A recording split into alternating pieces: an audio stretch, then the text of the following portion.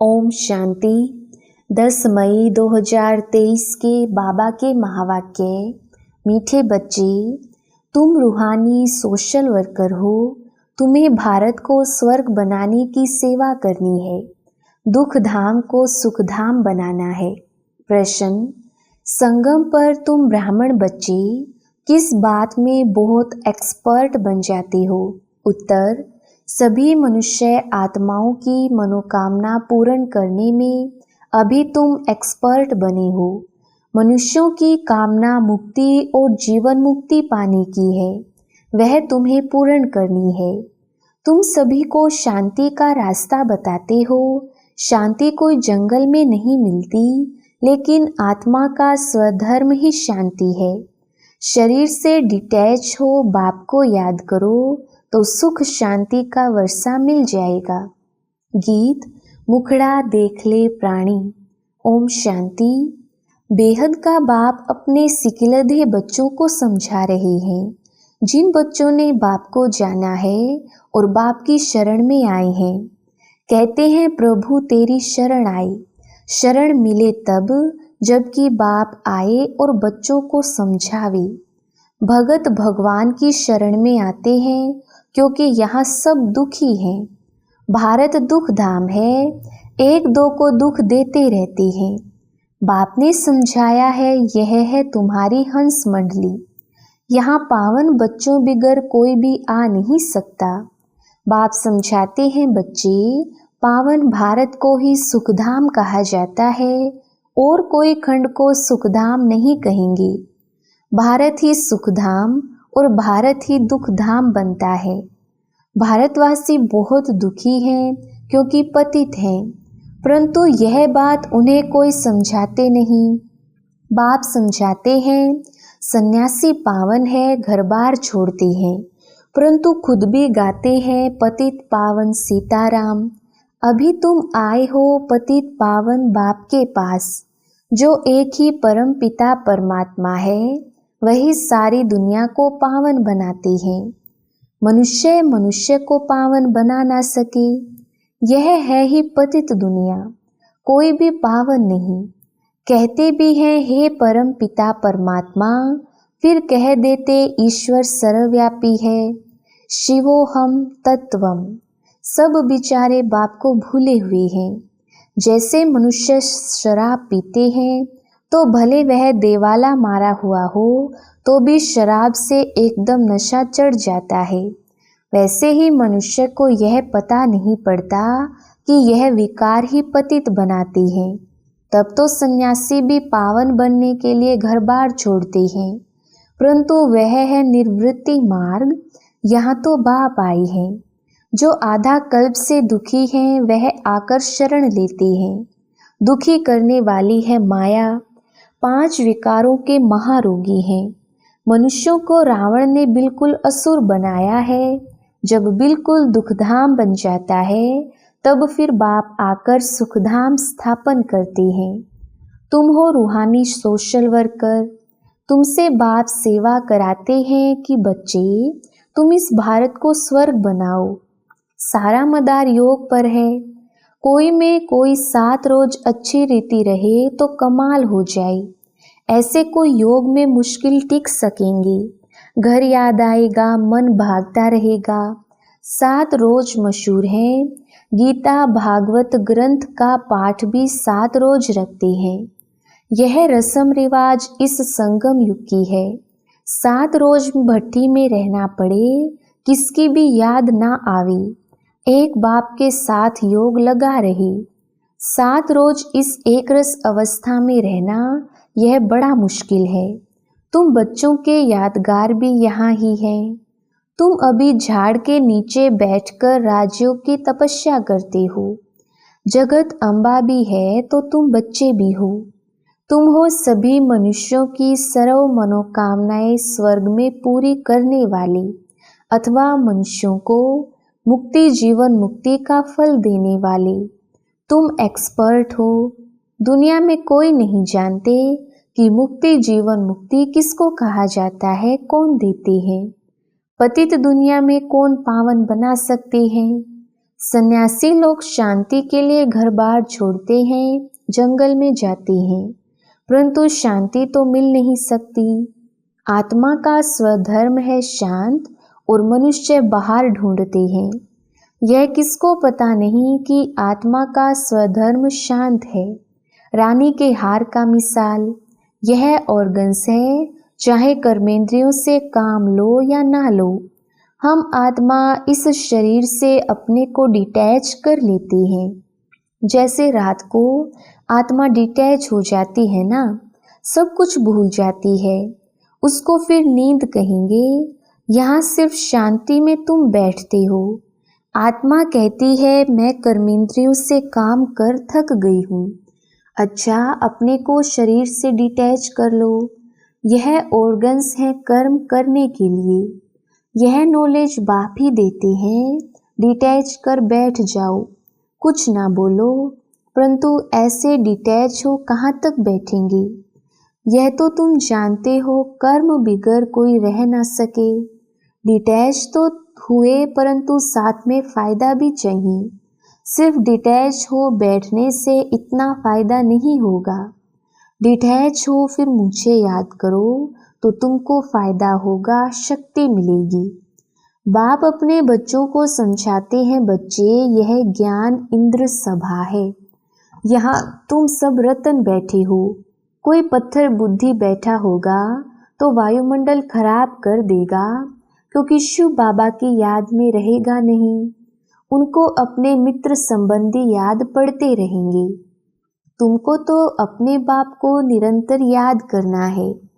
यह कोई कॉमन सत्संग नहीं है, यह बड़ी यूनिवर्सिटी है। मेडिकल कॉलेज में कोई अनपढ़ आकर बैठे तो कुछ नहीं समझेगा, उनको तो अलाउ नहीं करेंगे। सिर्फ देखने से कुछ समझ नहीं सकेंगे। इस नॉलेज को भी विकारी पतित समझ ना सके, इसलिए ऐसे को अलाउ नहीं किया जाता है। कोई कहे कि हम क्लास में आवे, लेक्चर सुने, परंतु इससे कुछ समझ नहीं सकेगा। यह यूनिवर्सिटी है मल्लेच से स्वच्छ देवता बनने के लिए। यहाँ ऐसे कोई को अलाउ नहीं किया जाता है।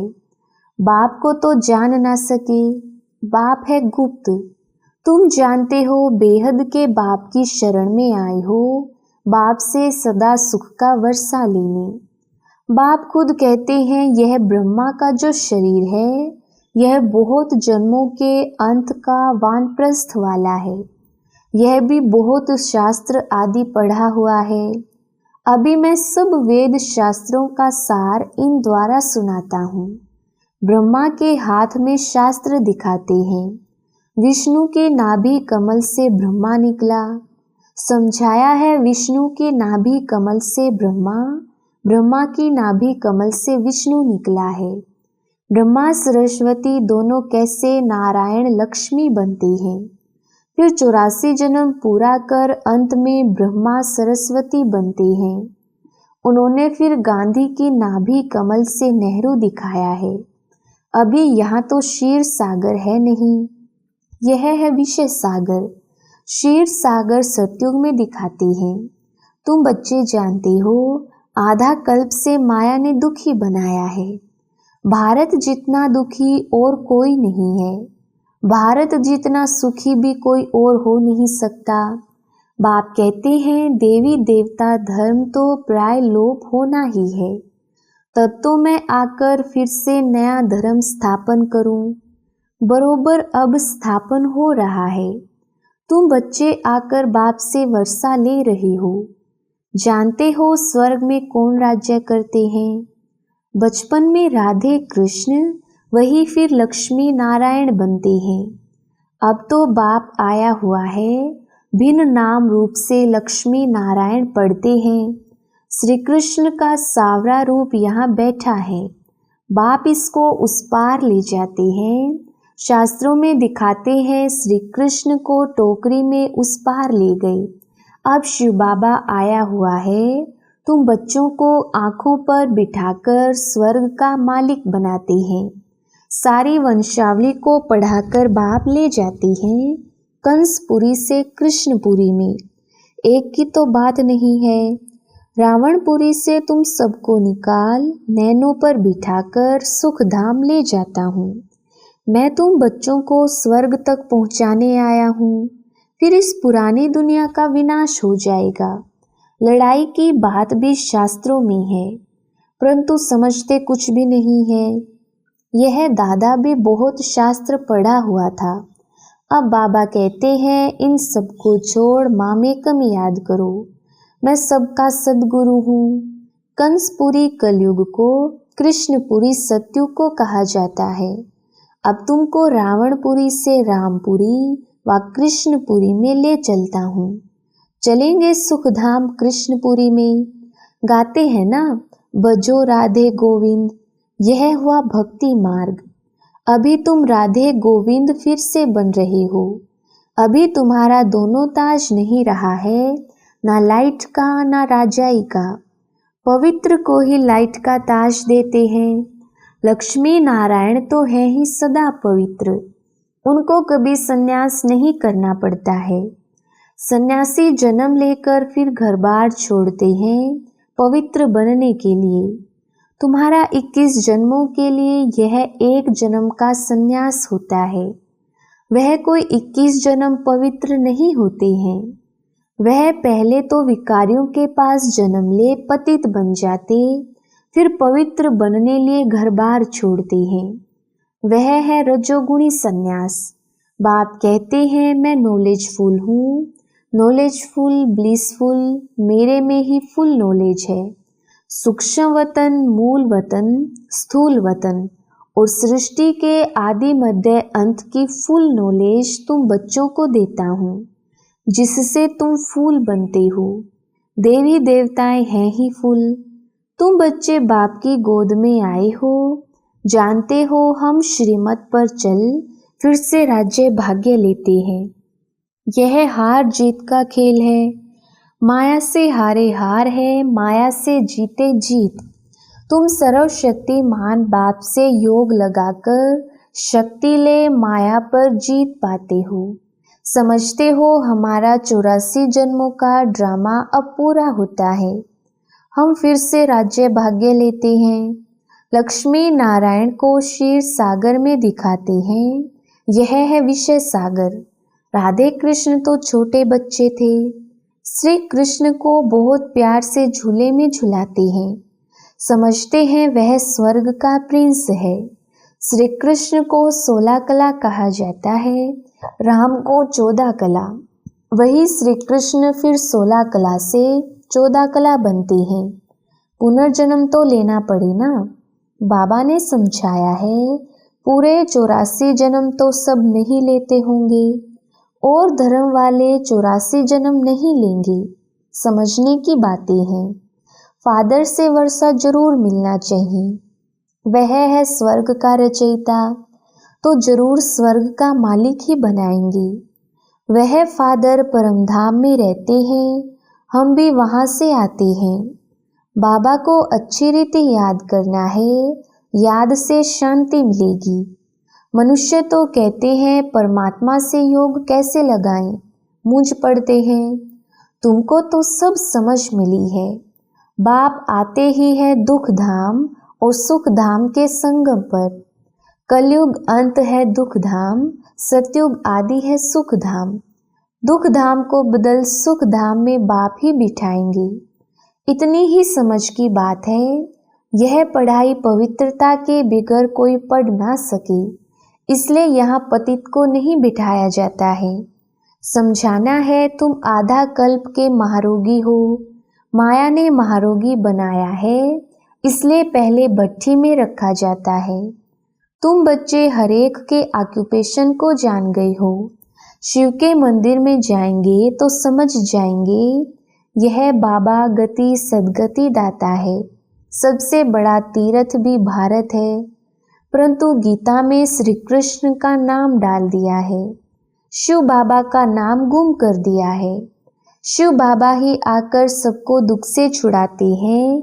बाकी पानी की गंगा तो पतित पावनी है नहीं, वह तो पहाड़ों से निकली है। उसको पतित पावनी कैसे कहेंगे? इसको अंधश्रद्धा कहा जाता है। मनुष्य क्या क्या करते रहते हैं, गाते हैं मनुष्य जैसा दुर्लभ जन्म है नहीं। सो दुर्लभ जन्म तुम्हारा अभी का है, जबकि बाप आया हुआ है। यह तुम्हारा अमूल्य जन्म है। तुम पवित्र बन भारत को स्वर्ग बना देते हो, इसलिए शिव शक्ति भारत माता गाई हुई है। तुम जानते हो बाबा पवित्रता की मदद से भारत तो क्या सारी दुनिया को पवित्र बनाते हैं। जो जो पवित्रता की अंगुली देते हैं, मन मना भव रहते हैं, वही मददगार हैं।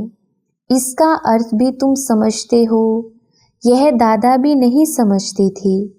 इनके बहुत गुरु किए हुए हैं, शास्त्र पढ़े हुए हैं। तब बाबा कहते हैं मामिकम याद करो, मैं ही तुम्हारा सब कुछ हूँ, गति सदगति दाता हूँ। मनुष्य तो पतित हैं। अब तुम आए हो शिव बाबा के पास ब्रह्मा द्वारा वर्षा लेने। इस निश्चय बिगर कोई आ ना सके, आकर और ही अशांति फैला देंगी। तुम भारत को सुप्रीम शांति में ले जाते हो। यह है स्थापना का कार्य जो मनुष्य कर ना सके। तुम भी शिव बाबा की मदद से कर रहे हो। तुमको भी प्राइज क्या मिलती है? स्वर्ग के मालिक बनते हो। ऐसे बाबा के बनते भी फिर निश्चय बुद्धि नहीं है तो माया एकदम हप कर लेती है। अच्छा, मीठे मीठे सिकिलधे बच्चों प्रति माता पिता बाप दादा का याद प्यार और गुड मॉर्निंग। रूहानी बाप की रूहानी बच्चों को नमस्ते। हम रूहानी बच्चों की रूहानी बाप दादा को याद प्यार गुड मॉर्निंग और नमस्ते जी। धारणा के लिए मुख्य सार।